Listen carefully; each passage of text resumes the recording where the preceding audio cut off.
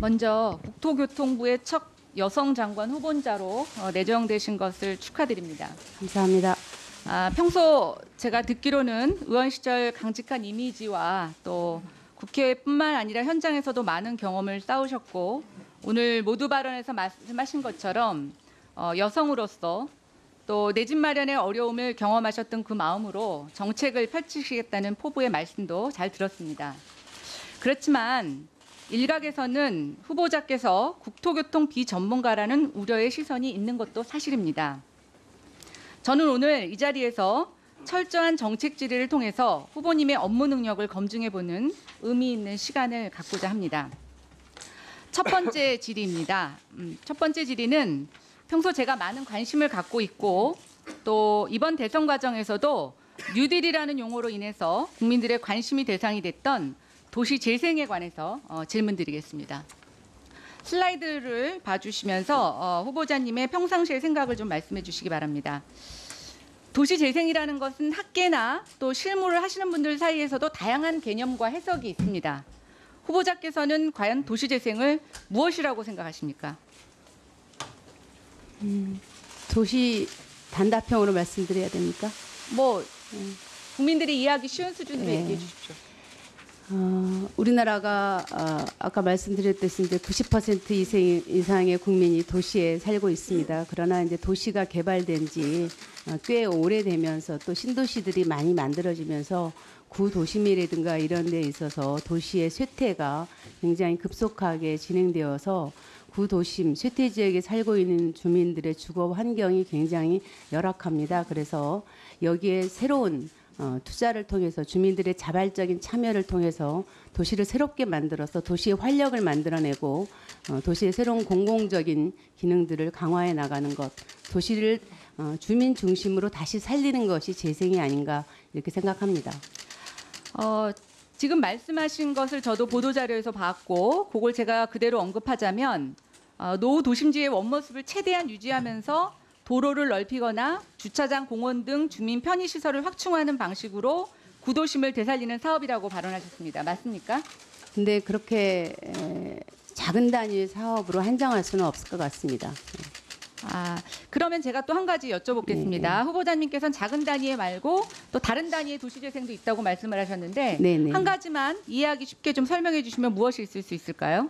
지금 도시재생 사업을 하는 데 있어서 아까 방금 의원님께서 말씀하셨던 주차장을 새롭게 해준다든가 하수관거를 새로 정비해준다든가 이런 식의 사업들을 지금까지는 해왔습니다. 그런데 그렇게 작은 단위의 사업으로는 그 지역을 새롭게 바꿔내지 못했다라고 하는 것이 지금까지의 결과인 것 같습니다.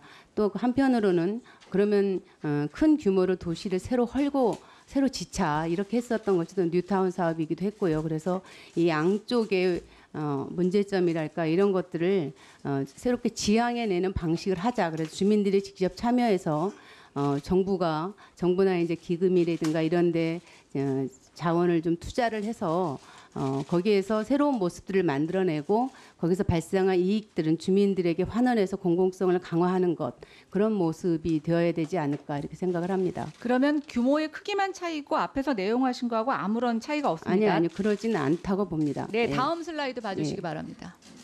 제가 제일 문제로 삼고 있는 거는 공약 단계에서 1년에 100개 사업을 선정하셔서 5년 동안 500개의 사업을 하신다고 말씀하셨습니다. 네. 이게 지금 243개 지자체가 있기 때문에 제가 지자체별로는 2개씩 사업을 하는 거라고 볼 수가 있는데요. 네네.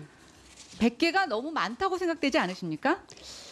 저는 사실 저렇게 계산한 것 자체가 좀 문제가 있지 않냐고 직원들에게 얘기한 적이 있습니다. 왜냐하면 저렇게 일률적으로 사업을 하는 것이 어떻게 보면 그 지방자치단체 또 지역의 어떤 특성이나 이런 것들을 살려내지 못한 획일적인 사업 방식이라고 생각을 하고요. 어떤 지자체에서는 한 개를 할 수도 있고 어떤 지자체는 2개, 3개를 할 수도 있고 왜냐하면은 아까 제가 말씀드린 좀 간단하게 답변해 주시기 바랍니다. 예. 그 지역 그럼 재생 100개는 수정이 가능한 겁니까? 100개가 아니라 전 더 많을 수도 있다고 생각을 합니다. 예. 100개보다 더 많다고요? 다음 슬라이드 한번 지방자치단체의 봐주시기. 영향에 따라서 하는 것이기 때문에요. 예. 네, 지금 다음 슬라이드 봐주시기 예. 바랍니다. 도시재생특별법에 의해서 이미 지금 2004년부터 실행하고 있는 게 13곳이고요. 네네. 2016년부터 시행하고 있는 게 33곳입니다. 네네. 저 46곳도 아직 구체적으로 착수가 안 된 경우도 있는데요. 네네. 저거는 이번 도시재생사업 100개에 포함이 되는 것입니까? 안 되는 것입니까? 지금 도시재생법에 의해서 지금 추진되고 있던 사업을 모두 여러 가지 사업들을 합하면 약 900개 정도의 사업들이 선정되었거나 선정 과정에서 탈락됐던 사업들까지 포함하면 900개 정도의 사업이 있는 것으로 파악을 했습니다. 그래서 그러니까 답변을 그거는 네네. 제가 다 말씀드렸고요. 네네. 그게 그럼 여기에 포함되느냐 안 되느냐. 저런 사업들도 다 포함이 됩니다. 심사에 포함이 됩니다. 그럼 다음 한번 슬라이드 봐주시면요. 이게 지금 셋들마을 사업, 뭐 네. 지역 활력 사업 다 포함이 됩니다. 네네. 예, 그럼 이것까지 다 포함해서 100개를 포함하신다고 하신 거죠? 네, 심사 대상에 포함이 됩니다. 심사 대상이에요. 네네. 예.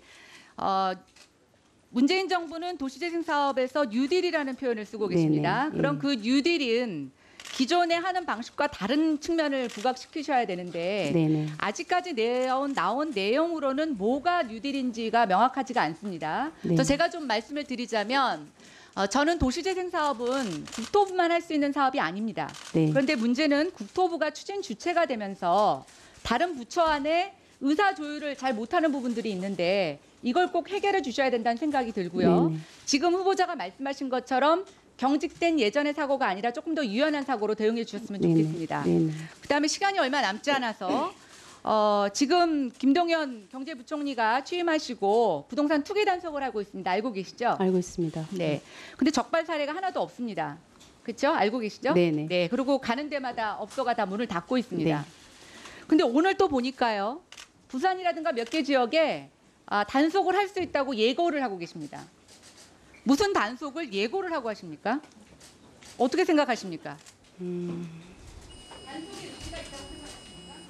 지금 단속을 하는 것은 그 현장에서 적발하는 것도 의미가 있지만 앞으로 정부가 펼쳐나갈 부동산 정책에 대해서 어떤 방향을 알려주는 그런 그 단속이라고 생각을 합니다. 네네. 네네. 네. 이런 식의 보여주기식 단속은 영화에서 나오는 것처럼 부패한 경찰하고 조폭하고 바뀌어서 게 없습니다. 그래서 사실은 단속에 의지가 있으시다면 저는 불시에 단속하시는 게 맞다고 생각이 됩니다.